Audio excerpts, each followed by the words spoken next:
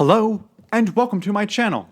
My name is Jonathan Cohn, and today I have my book review of the book Fablehaven, Rise of the Evening Star by Brandon Mull, which has a gorgeous cover by Eric Deschamps. I love this cover. I love all the covers for this series. I read about a month ago the first book in the series, Fablehaven, which also has a great cover by Deschamps, and I loved it. This brought back the whimsy and the fun fantasy that's geared for children, but also works well for adults that I love to read. This doesn't necessarily feature plot similarities to Harry Potter, but tone and the ability to get children's stories that also work excellently for adults and get whimsy with dark tones and that blend of features. That's what this series really gets for me. I feel like it is a good spiritual successor to the Harry Potter books. And the second book, I feel very similarly to it that I did the first book. I think the first book's a tad bit better because it's got a better introduction to the world and it's got better tales of whimsy, but they're both excellent. It has that kind of stepping into an otherworldly type thing that the Narnia books had as well. I mentioned that in my other review, so some of this will be a little repetitive from my previous review because I feel very similar.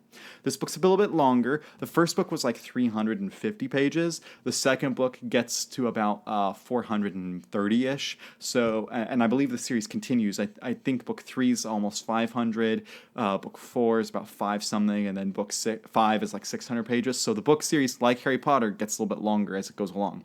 But the main series here is only 5 books, and I do plan to read one book a month pretty much for the rest of the year. I do plan to finish out the year with this series. Anyway, I read Rise of the Evening Star, which is a very good sequel. It does a good job of, if you kind of forgot, if you took a while off for this series, it explains a lot that happened in the first book in a natural way, and then this book, the plot kicks in really quickly. And it's got some really cool twists and some really cool world building. I love Brandon Mull's world building, just the way he deals with creatures, the way he deals with the villains, with the Evening Star organization, the Society of the Evening Star. They are great. I love them. The way that he deals with the layout of Fablehaven and the way that he deals with the magic system, I really like. It's just across the board really well done and delightful storytelling. And as I said, I think that kids can handle this. If you're an adult, because I write these reviews for adults. If you have kids and you're wanting to get books for your kids, if you feel your kid can handle Harry Potter, your kid can handle this series. My nephew actually started reading this series, and he's 7. And this is supposed to be ages 8 to 13, according to the suggested reading, although I am much older than 13 now. Anyway, so I really liked the Revenant creature that shows up in this book. Oh, that was really fascinating. And one part of the storytelling that I appreciated here was the way that you had the main character's brother Seth. Kendra is the main character of the series, although ironically these two books have Seth on the front of the book. He's like the main focus of the cover. I wonder if this edition, because this is not the original edition, I wonder if this edition is meant to bring in male readers.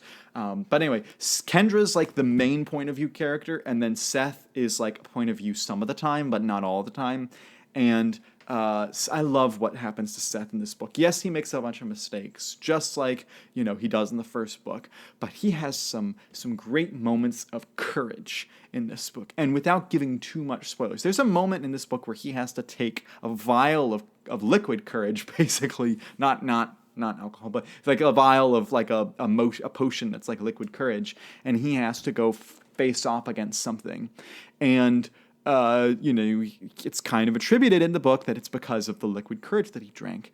But based off the way the character reacts and the way the character acts, it's about he realizes he has to save his sister. He has to save Fablehaven. He has to do the right thing it almost seems to me that he didn't actually need the courage potion. It's almost like the courage potion, like when you take a pill or something and it actually does nothing for you, but you think it's going to help you, and so therefore you get better. It's that type of an effect where I think that he actually had that courage. It's just that the potion kind of, amplifies it perhaps a little bit. But I just love his courage in this book. And there's some weird stuff. I mean, I am amazed that Brandon Mull can get away with some of the weird stuff. If you've read the book, the cocoon scene with Seth, that was so weird. It was cool. I mean, I felt like a teenage boy because I was like, ew, gross. But I was also like, that's so bizarre that you can get that into a book. So I loved the coconut, or not the coconut, the cocoon. I was thinking of politics. Anyway, the cocoon scene. And then I just loved some of Kendra's stuff, her dealing with issues of trust and trusting people and finding out who the betrayer was. I thought that was really interesting. Also, the idea that, they have to balance doing, being involved in Fablehaven and also having childhoods, because the grandparents recognize they're the next phase of Fablehaven, but at the same time, they're still, what is it, like 14 and 12 in this book? They're still pretty young, our main characters. And I also like that we've basically moved from a summer to summer. So with Harry Potter, you pretty much followed the storyline of from like right before the first day of school through maybe the last day of school-ish. That's pretty much, you rarely followed exclusively summer in the storyline, whereas these books are pretty much, this book starts right on the last week of school and then is just summer the whole time. And the first book was also summer the whole time. And I like that because it adds, again, a different element that the Harry Potter books didn't have. And it also avoids having to go through all the school tropes. This book has some interesting school tropes at the beginning. The first 100 pages are pretty much when they're at school. And, the things that they're dealing with were quite interesting. And, it was a different twist on typical school problems. It didn't feel YA because it didn't lean heavily into the romances of, middle school, high school. But it also didn't feel middle grade because it was a step, it felt like maturity-wise, the themes it was dealing with were just a step above your average middle grade book. So as a result, it feels in this unique, refreshing place where, adults and even young adults or teenagers would enjoy this book, but also younger kids can enjoy it because it's not like they're being talked down to necessarily. Even as an adult, I don't feel the book talks down to anyone. So I just really enjoy this book. Again, these books, they're dealing with magical creatures, and one of the main villains or antagonists in this series is demons, but they're not like, horrifying real life demons. They're more like, the fake D&D demons almost. So it's not the same. Again, as I said, if you can handle Harry Potter stuff that's scary, you can handle this. But this brings a sense of adventure and whimsy, and I had never read this type of stuff as a boy, as a preteen. I didn't get into reading until I was like 16 I was about 16 when I got into reading for the first time as wanting to do it on my own. I obviously could read and I got straight A's in school, but I didn't read for fun. If I had known about series like this, I think I might have gotten into reading earlier when I was a kid, because this series was out when I was a kid. And I would have been, this series was coming out like 07, 08, 09-ish.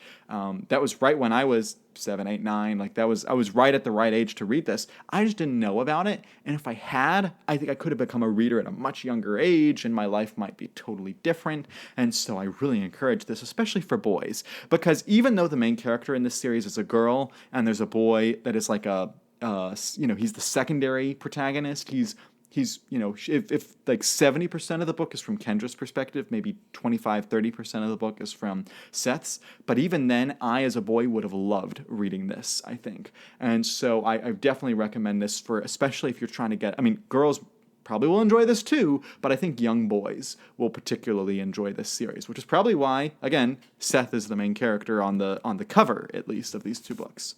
So if you've read Fablehaven, Rise of the Evening Star, I give it a 9. What do you give it? Let me know your thoughts in the comments down below. It's just a smidge behind the first book, but still both excellent books, and I loved them and can't wait to continue on. Let me know your thoughts in the comments section down below, and until next time, I'm Jonathan, and thank you for watching.